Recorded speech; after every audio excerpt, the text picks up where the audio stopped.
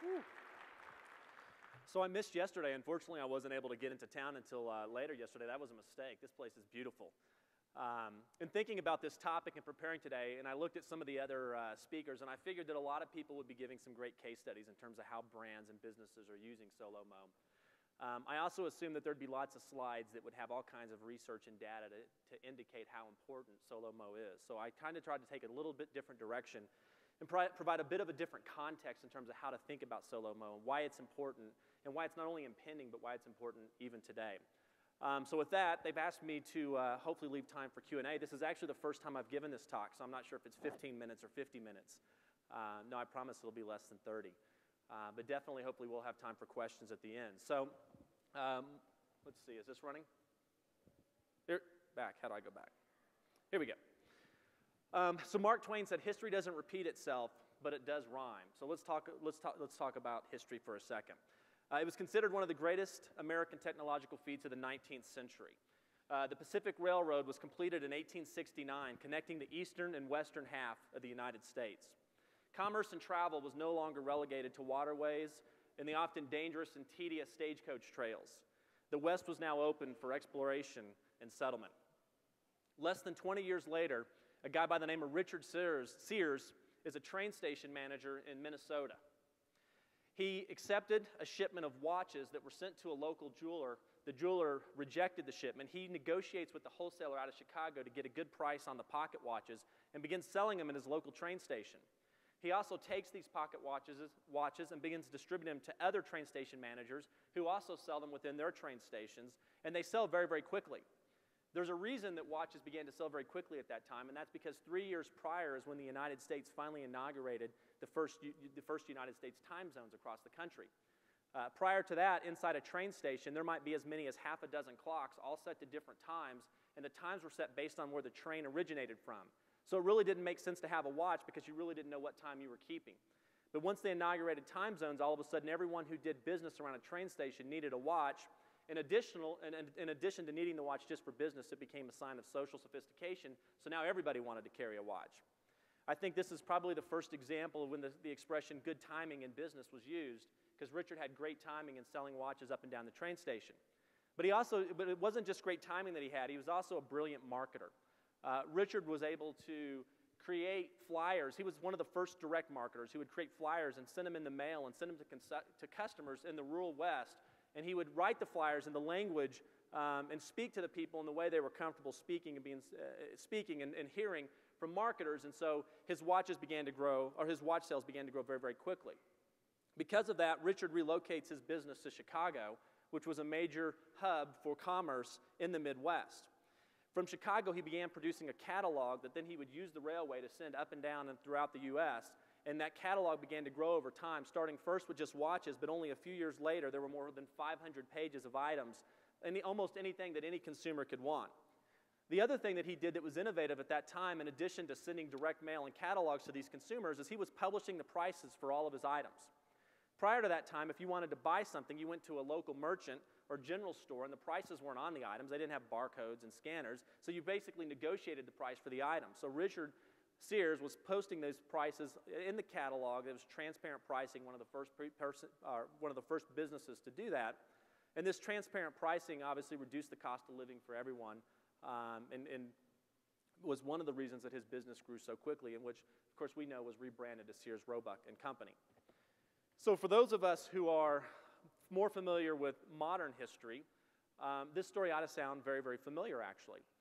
In fact, if I were to change the innovation and infrastructure around train stations to the internet, and if I were to substitute the name Jeff Bezos for Richard Sears and books for clocks, then I think you would see that these two companies paralleled themselves very closely. Most importantly, both launched their companies based on innovations that happened at the infrastructure level. Second, both launched with a single product that was in high demand. Third, both used transparent pricing. Four, both used personalization and marketing. And five, both brands grew rapidly through word of mouth. So here's my point in telling this story. Anytime that significant innovation is occurring in the infrastructure level that transforms how people are connected, and by connected, I'm talking about how we share ideas, how we get to know each other, how commerce takes place, it ultimately becomes very disruptive to commerce. So again, anytime there's a significant innovation occurring in infrastructure, which transforms how people are connected, it ultimately becomes disruptive to commerce. And if we're in the agency industry, since our businesses are around helping grow our clients' commerce or their business, it's disruptive to our industry as well. So one more thing I want to talk about, and that's the 3 phases of innovation. And hopefully this is all leading to SoLoMo. Infrastructure is the first phase of innovation, and that's what I've already spoken about. In the 19th century, the infrastructure was the railroad tracks, the train station, connecting the east and the west, providing ways for people and commerce and products to move efficiently across the country. In the 20th century, it was the road system. Maybe even airlines you could add to that. Certainly you would. In the late 20th and 21st century, the innovation has occurred at the internet level. That's the infrastructure innovation. The second level of innovation, or where innovation occurs, is the platform level. At the platform level of innovation, you start seeing businesses commercialize that infrastructure. So once the infrastructure exists, now platforms will spring up that can commercialize those opportunities. Now, there tend to be fewer companies who can be successful at the platform level because once a platform is created, they're fairly difficult to displace. For example, in the 19th century, it was trains. But how many companies could successfully produce and build trains? There was just a limited number of companies that could be successful in that, and those companies were highly valuable. In the 20th century, it was automobile manufacturers, people who were producing and developing cars that now could take advantage of these road systems. In the 21st century, or the late 20th and early 21st century, it's this browser war. That's why America Online and Netscape early on were so valuable, because they were creating a platform that allowed people to utilize or commercialize this new innovation at the infrastructure level. Now, those were both displaced, but if you look at who displaced them, they were basically large companies with deep pockets who invested millions, if not hundreds of millions of dollars to do so, and then even integrated, in some cases, their browsers with their operating system, so they had a bit of an unfair advantage. But even today, there's still very few ways in which people access content that's on the internet, and these are platform companies. Once these platforms are adopted and exist, then you have thousands, if not hundreds of thousands, of innovation in the application level. This is where you have literally the Cambrian explosion of innovation. This is where there are multiple types of businesses and innovations that can occur around this application level. And because I use the story of Sears and Amazon, let's just kind of look at it from a commerce point of view, and that is, once the train rail system existed, Richard Sears found a way to use this trains to deliver products and merchandise to people at a reduced cost. That became very popular. People adopted his brand and shopped a lot with Sears. When the road system was created, Sam Walton, the genius of Walmart was logistics more than anything else. Their ability through advanced logistics to deliver merchandise around the United States in a cost-efficient manner. The other thing that happened with the invention of cars is now you had suburbs and cities and people moving out. You didn't no longer have to live 2 miles from where you worked or less. I mean, you could live 30 miles away. You could travel to other cities and explore different parts of the country very efficiently and easily. Any big box retailers basically built the innovation of their company around that type of logistical system. And Walmart found a way to be able to deliver merchandise to people in a cost-effective manner, thereby reducing prices and growing quickly. If you look at what Jeff Bezos did with the innovation in the late 20th and early 21st century, he realized, with the creation of the internet, that infrastructure, and with these platforms in terms of how people are accessing this content, I can do commerce with people just sitting in their home and never leaving. I can offer them items that can be delivered directly to their home. And since I don't have to build out this brick and mortar infrastructure, I can do it at a reduced cost basis, thereby reducing prices for the average consumer, and his brand has grown very rapidly as a result of that. So just to kind of summarize these 3 areas of innovation. First off, innovation at the infrastructure level creates new channels for connecting with consumers. Once those channels for connecting with consumers exist, then companies will innovate at the platform level. These companies tend to be highly valuable companies that produce an entirely new business ecosystem around them. It tends to be very expensive to build a platform company, and they tend to be very difficult to displace. You'll hear we use a lot first mover advantage to talk about why it's important to be one of those first companies to innovate at the platform level. Once these platforms exist, then there are tens of thousands, if not hundreds of thousands, of applications that innovate quickly around these platform and infrastructure innovations. And what happens is these applications begin to be developed as it shifts consumer demand very quickly. First, consumers' access to knowledge and information expands. Their ability to get access to that, is the timeline and the time frame that it takes to get access to content information shrinks dramatically. Second, their social network expands. The people who influence their thinking and behavior expands quickly. And third, their awareness of options and pricing also expands. So all that is sort of introduction to talk about this impending era of SoLoMo. So what I'm going to suggest, and what I suggested at the beginning of this conversation, is that it's not an impending era, but that the era is already, frankly, right directly upon us. And that's because we've already seen innovation occur at the application and platform phase, and we're already directly in the middle, at the infrastructure and platform phase. We've seen the innovation, and we're right in the middle of the application phase of innovation right now for SoLoMo. And so in June 2007, so we'll pull this chart back up. By the way, I think we should rename this MoSolo, just because of I think mobile is sort of the infrastructure innovation that allows this to occur. And social, of course, we're familiar with, and local are just at the application level, but that's probably too little too late to make that argument. But mobile, in 2007, Apple released the first iPhone, the first smartphone. Sorry to BlackBerry if anyone from BlackBerry is in here. But really the smartphone revolution began with the launch of the iPhone in 2007. A year later, Apple unveils the App Store. Today, if you look at the brands and companies who are competing at this level, it's the multi-billion-dollar companies, the companies that have billions of dollars on their balance sheet. You have Microsoft, you have Google, you have Apple. There's been a discussion whether Facebook would try to even get into this space, and that's because these companies realize how important the platform is in this SoLoMo movement. But the reality is, even though it's only been since 2007, we have a fairly sophisticated device now in smartphones that people and consumers are very comfortable with using. In fact, you've seen probably charts like this yesterday, and I really don't, this is, I think, the only chart that I have, but it just shows by the end of this year, over half of all mobile users will be carrying smartphones, and by 2015, I think it's pretty predominant worldwide, so it's happening so quickly.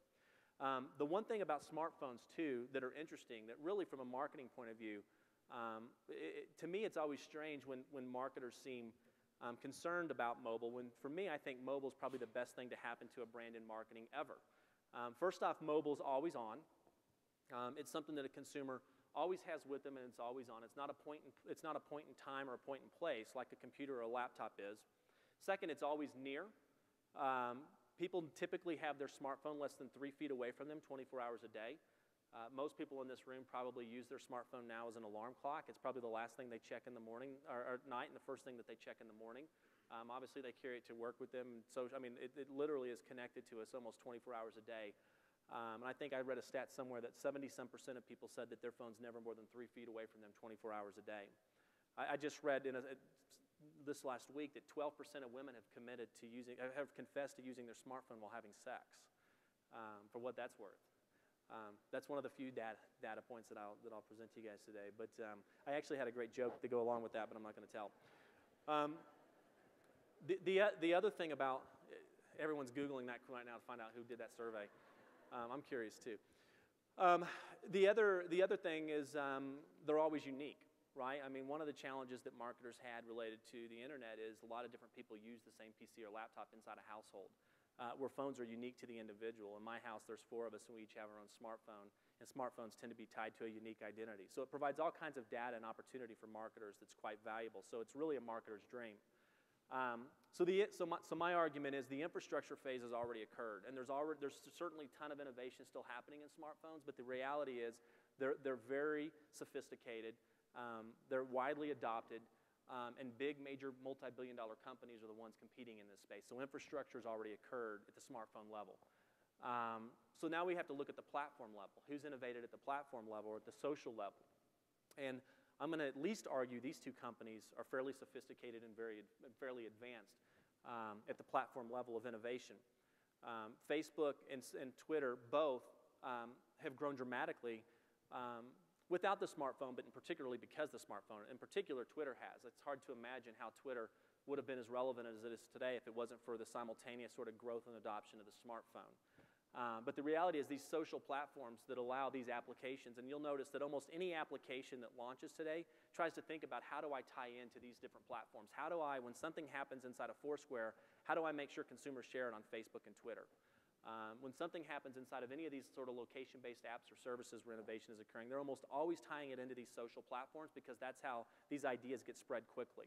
And so my argument here is that at the platform level, there's already been basically a lot of innovation. There's already secure and stable platforms at this social level that consumers have widely adopted. And there may be others. You know, some may argue that Pinterest deserves to be on this list or some others, and there certainly probably will be. But at a minimum, these two are extremely important and extremely relevant. And then finally, you have the application level of innovation. Once you're at the application level of innovation, it's not an impending era, it's an era that's quite frankly right upon us. And so that's why my point is that it's not something that we need to be preparing for, it's something that we need to already be actively contributing to. And there are tens of, probably thousands of location-based apps, not only the applications that are those like Foursquare, Yelp, Around Me, and others, but even brands and retailers and businesses themselves are thinking about how they use location-based data, social platforms, and the mobile smartphone infrastructure to add value to their customers and consumers. So this is happening very rapidly at the application level right now, and there are some winners. I think Foursquare is an obvious winner in this space and others. So, what does this mean for agencies and brands? And then we'll wrap this up and take some questions.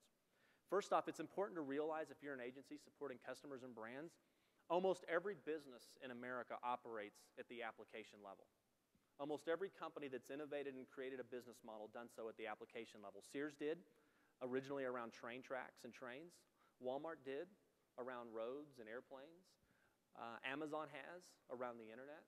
And we'll see, it looks like they'll be relevant around mobile and smartphones as well.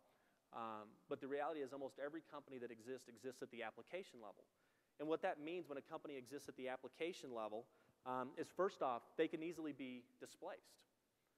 We've seen lots of companies like Sears, maybe you can argue Walmart's less relevant today than they've ever been, but lots of businesses that create an innovation around a certain infrastructure can quickly be displaced. That's why we use the word disruption. As an entrepreneur, when I hear the word disruption, I think opportunity. When brands and businesses hear the word disruption, they think business model challenge. And they begin to try to protect, in many cases, the business model that they have, which is often what makes them irrelevant over time. But every major retailer of the 20th century built their model around infrastructure and platforms of the 20th century, and now many of them are scrambling to try to innovate and stay relevant with these new infrastructure innovations. And I already mentioned that they can be easily displaced. Consumers just don't have a lot of brand loyalty. I mean, we're basically very price-driven, we're very quality-driven. And with these new innovations in infrastructure, new businesses are starting up that are able to provide us lower prices, better quality, better service, more customization, personalization, and we're more than happy to switch brands. Even a brand like Apple has to worry about this. I mean, it was only 10 or 12 years ago when BlackBerries were Crackberries, and no one could imagine life without one, and how quickly consumers changed their mind about what was important in that space. So the reality is brands, there is no such thing as brand loyalty, and especially when innovation is occurring as quickly as it occurs today. And the final thing that means is leadership turnover. And this is specifically relevant for those of us that run agencies, because I think we've all heard that the average tenure of a CMO is only 18 months right now. And that's because someone has to be blamed when business isn't good. And it tends to be the CMO who gets the blame first, because the CMO is the one who's normally experimenting in these categories before any other part of the business. Primarily because where consumers go, marketing dollars go, and the rest of the business follows, sometime lag behind that. But these CMOs tend to be early in this space, and brands and businesses aren't often ready to adopt those changes, and they'll just replace their CMO. And with that replacement normally comes new agencies, new partners, et cetera. But the reality is most companies need to think about a reset in their leadership team when there's major innovation in infrastructure. If you've read the biography on Steve Jobs, one of the things that was great about Steve that was so inspiring was that he was willing to sacrifice an entire revenue stream in exchange for creating an entirely new opportunity with no guarantee that new opportunity would be successful. And if you read the parallels to Sony, who, for all legitimate reasons, should have been innovating where Apple was. They already had the music labels. They were already a known brand in portable digital music players, et cetera. They weren't able to do the things Apple did because they were afraid of cannibalizing one revenue stream in terms of chasing a new one, and that's true across almost any business, which is why when innovation occurs at the infrastructure level, you almost always have to replace the executive leadership team because they're more concerned about protecting existing revenues than they are about exploring new opportunities. And so anytime disruption's occurring as quickly as it is right now, and what we're seeing in the mobile space, it's going to mean a lot of resets in leadership. The other thing is that brands and agencies and clients need to be innovating at the platform and application level. And I'm frankly seeing this to begin to happen, especially over the last couple years. Walmart is a client of Rockfish, and I was last week out at Walmart Labs. Many of you have read about what Walmart's doing. I mean, they're actually buying agencies now, and they're buying technology companies, and they're putting them in a building in San Bruno, and they're creating what they call two pizza teams. Which means small teams, little bureaucracy, get stuff done. I took a picture there of their window, move fast and break things. I mean, they're trying to create a real startup culture inside of a large business to innovate at these infrastructure levels and these platform levels because there was just too much bureaucracy to do it at a corporate level. And you're seeing other companies. Procter & Gamble's a client of ours. They have something called FutureWorks, Nordstrom, Pepsi, you know, and on and on. And there's more and more companies who are starting to realize how important it is to innovate at this level. And their bureaucracy and infrastructure in-house makes it almost impossible. So they're buying up companies and setting them out, you know, putting them off-site and letting them sort of do things on their own. And it'll be interesting to kind of see how that plays out over the next year or two. Okay, we have time for questions in a second. So what should brands and agencies be doing? And I'll run through this quickly. First off, this SoLoMo movement's about data and technology. The businesses and agencies that are going to win are those who understand this. It's about analyzing large sets of data, complex sets of data. It's about real-time marketing to consumers based on the insights that you get and receive from this data. If you're a business that doesn't have a strong capability around technology in-house, then you're DOA. The reason that Accenture, Deloitte, IBM, and others are getting into the advertising industry space is because they think what we do, they think what agencies do, I should say, around just creating campaigns and ideas is the easy part.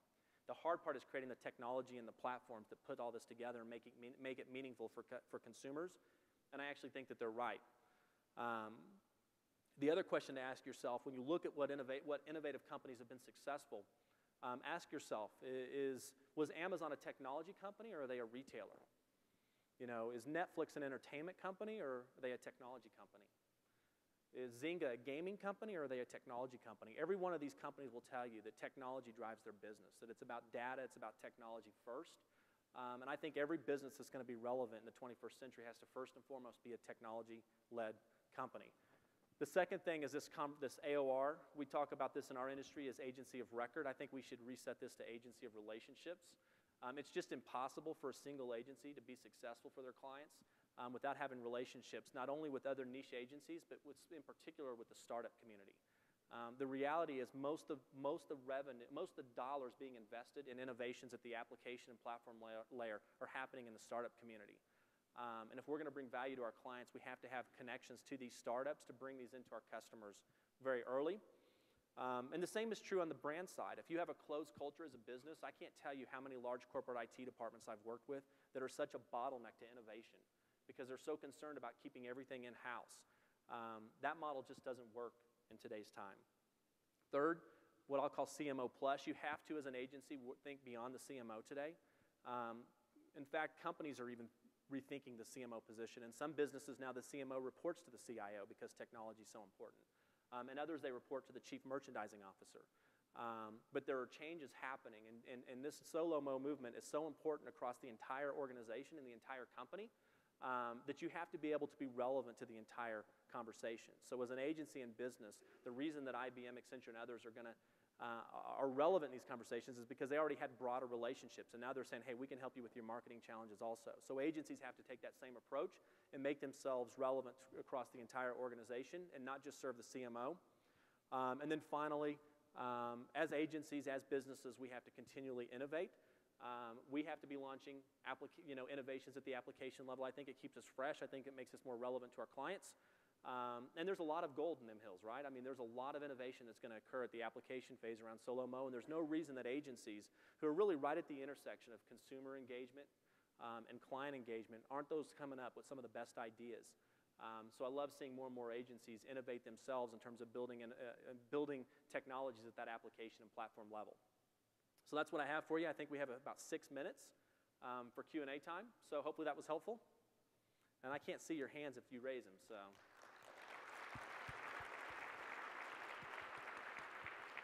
So, great presentation, Kenny. Questions from the audience. Kathleen is on the other side. I can kick one off as people are thinking. Question, so Kenny, agree that the technology is here, the platforms are here, everyone has a smartphone. Could part of the challenge of moving dollars into mobile be that the applications that most people want to reach are sometimes they're owned and operated by the application developer, and some of them have fragmented ad opportunities. So while it seems there's endless opportunities to reach people through apps, that doesn't mean that it's an open opportunity. Some want ads, some don't. It's fragmented. There's obviously a lot of companies trying to standardize it. But so the question is that a potential case or lack of opportunity for brands to leverage people through smartphones? Because it's great that there's smartphones out there. And we talk about that and the penetrations there, but what about the distribution for advertising opportunities? Yeah, I mean, I think from an advertising, I don't spend a lot of time actually thinking about it from an advertising opportunity as I do thinking about it in terms of how it connects brands with their consumers. So my point of view is, you're right, it's very fragmented. There's a lot of companies trying to win. I think there's very few companies, maybe one or two, that will win in sort of what I'll call maybe like the open source geolo type app. So maybe a Foursquare, for example, that people are now using and checking in with. But I actually think the real opportunity is with the brands and businesses themselves. I think that they have the access to, like, what Foursquare doesn't have access to the data that Apple has as a customer. When you walk into their store and you have a personal experience with your phone, the things that they can do because of what they know about you as a consumer are going to make it well worth your time to open and use that app when you're there, where Foursquare doesn't have access to that kind of content information. So I actually think the real opportunity is for brands and businesses themselves to use the smartphone and the data to provide value to consumers, and not so much. And so it's going to create some advertising and it's going to create some advertising opportunities, I would say, because brands don't want to put ads in their apps. It's not their business model. And so the apps that consumers are going to primarily use, I think, as it relates to local, and you're going to have a few exceptions with the Foursquares, et cetera, are primarily going to be those owned by businesses and not those just that are owned by entrepreneurs. So my name is Roland Smart from Involver. At FMC in New York, Nigel Morris, who I believe is the president of Aegis in North America, was on stage and said that the confluence of the evolution that we're talking about today, SoLoMo, is changing the structure of the agency. And he talked about the way that in order to leverage the opportunities that are becoming available, he needed to literally change the team and how they work together. I'm wondering if you can speak to how you've seen that in your business. Yeah, I get a question a lot, sort of like, is Rockfish a model for the future agency? And I have a hard time answering that question because I've never worked for an agency prior to founding Rockfish, and I didn't start Rockfish to be an agency. In fact, we don't refer to ourselves as a digital agency. We call ourselves a digital innovation company, because we sort of had this point of view from day one when the company started in 2006 that digital, let's say emerging technology was going to be sort of transformational to entire organizations, the entire enterprise. And so we wanted to be a business that was relevant across the company and not just to the CMO. So we intentionally built our business in the first few years working with CIOs and COOs and others. And then as marketers began to really have technology challenges, and we were a very sort of technology-built agency, they started to reach out to us. And today, probably half our revenue is really more working in sort of traditional agency sort of challenges or marketing challenges. But, I do think agencies have to evolve. I think, I mentioned, that first point in terms of data and technology. It's so important. I think the future of marketing is data. I think consumers have already demonstrated that they're willing to sacrifice certain amounts of privacy for personalization and convenience. We want that. We want the right item at the right price at the right time, and we're willing to give you access to some of our personal information in order to provide that. And I don't think agencies in general are good thinking about one-to-one marketing. I think they're big ideas. They're thinking about large campaigns, and I think that's relevant for a period of time and probably for the foreseeable future to some degree. But I think the agencies that are going to grow the fastest and really be winning in this space are those who are great at using data and technology to really personalize marketing on a one-to-one basis. And that's a different mindset, and that's a change in terms, these are agencies that are now led more by technology leadership than even maybe creative leadership. In fact, a lot of the applications and things that you're suggesting for your clients aren't things even necessarily that you're creating today, but that you're integrating with existing platforms and technology that already exist. So you're limited in terms of your creativity. We have time for one more question before we'll wrap up with Kenny. Great. Thank you. Outstanding presentation, very inspiring. Thank you. Hi, Phil Hendricks with iMedia. Question for you, as you think about brands and products and service categories, curious which product and service categories do you feel are in the best position to capitalize on SoLoMo, and conversely, which ones for which SoLoMo may be less applicable? Good question. Well, I think food services industry is an obvious industry where SoLoMo is relevant. People, any kind of impulse decision or last minute, so if consumables, obviously large electronics isn't as relevant. It's relevant, but it's not as relevant because people typically plan and they're willing to do the research even from their home before going out and buying those items. But I think anything that's food industry related, consumable related, or obviously items where entertainment related, where people are sort of out and about, they have their list, they remember they need something, and they use their phone to sort of find the most cost-effective and efficient way to get that or consume that or have access to that. Great. Kenny, great presentation. Let's give him a round of applause. Thank you.